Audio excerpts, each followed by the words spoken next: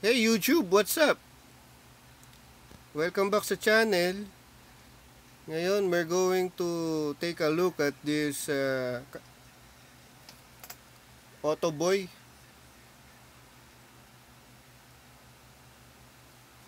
Autoboy Telio 6. Ang galing nung features. Napansin ko kaagad ito yung tilt. Kasi yung typical, di ba, ganyan, nakatayo lang siya. Ngayon, parang nilagyan ng kanon ng ganito tilt. So, naka-tilt nga naman siya. Wala lang, ganun lang siya. Okay. Susubukan din natin lagyan ng film, probably. Kung may oras pa. So, ayan yung cosmetics niya. No? Anyway, ano lang to, short overview lang.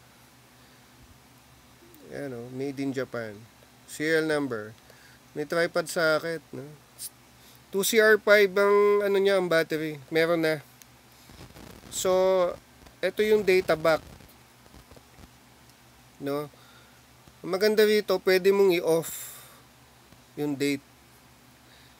Pwede mo siyang i-on. Ayan may preset. Mayroon siyang preset bang tawag doon? Or yung type ba ng date? Kung anong gusto mong tapos may time pa. So hindi ko na masyadong lulubugan. Hindi ko rin alam kung ano to Pwede mo siyang i-off. Dito mo siya i-adjust Dito sa tatlong button na yan. So meron kang year, month, tsaka day. Ganun lang ang pagkakaayos nung So sa case ko, gusto ko naka-off na lang siya. Kasi pwede mong pa-develop to nang hindi piniprint. Papa-digitize mo siya. So, meron kang negative. And then another processing yun, papa-digitize mo siya. Hindi ko alam kung saan pero sabay na yata. De-develop nila, pag na-negative na yun, ko-convert nila sa digital.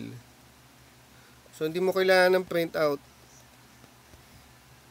Probably, bibigay nila sa'yo naka-CD or something. Ewan ko. Yun lang siya. Tapos ito, yung tele and wide. Dalawa yung lens, nito May tele and wide siya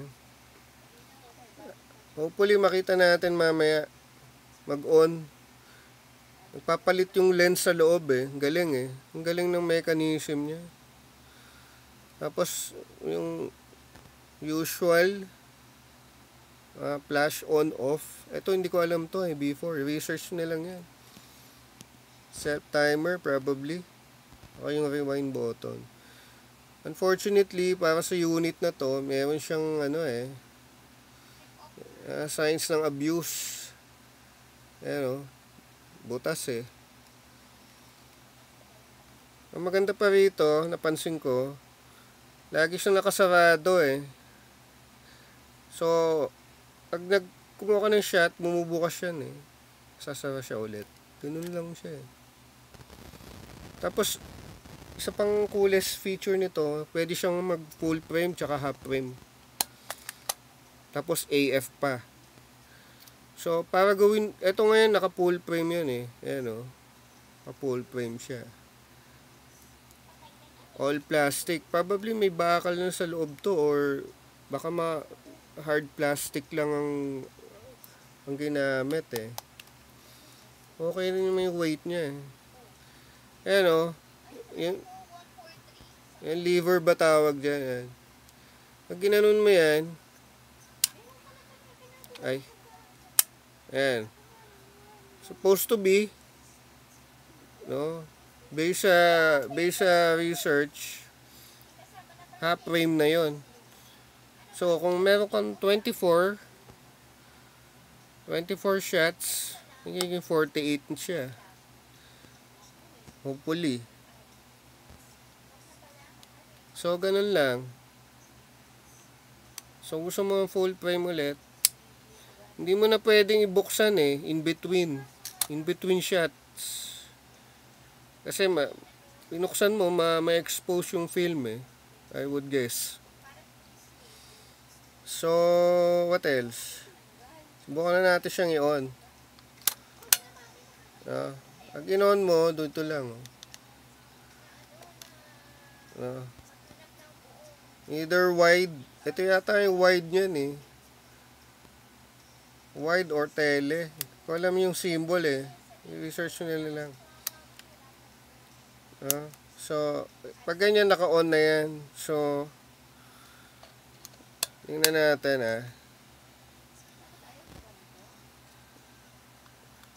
Diba? Kailangan i-focus muna. Ayan nakita mo. Papalit yung lens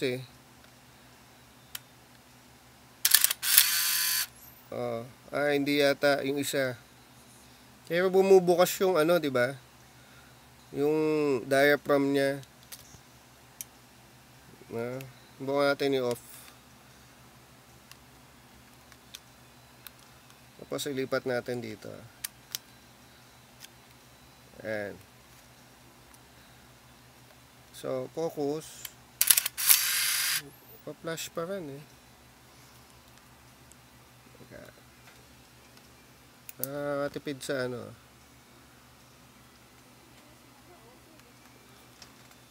hopefully na patay yan.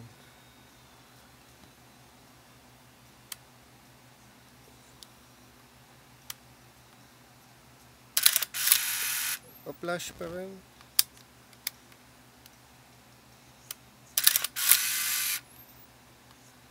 Hindi nagpapalit yung lens. Kanina nagpapalit Ayun. Nakita mo yung lens gumaganon.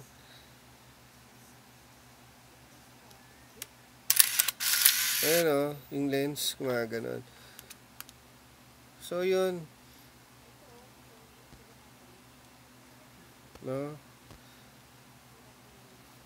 So yung part 2 lagyan natin ng film Hindi ko na siya didudugtong rito para Okay, sa na lang, sa part 2 na lang yung pag-load ng film. We'll see you on the next demo. By the way, ito yung diba? Yung sinabi ko kanina. Dapat makita mo bubukas. I-diffuse mo na konti. Ayan bumubukas siya, diba? Ang ganda tong camera na to So, thank you for watching. We'll see you on the next video.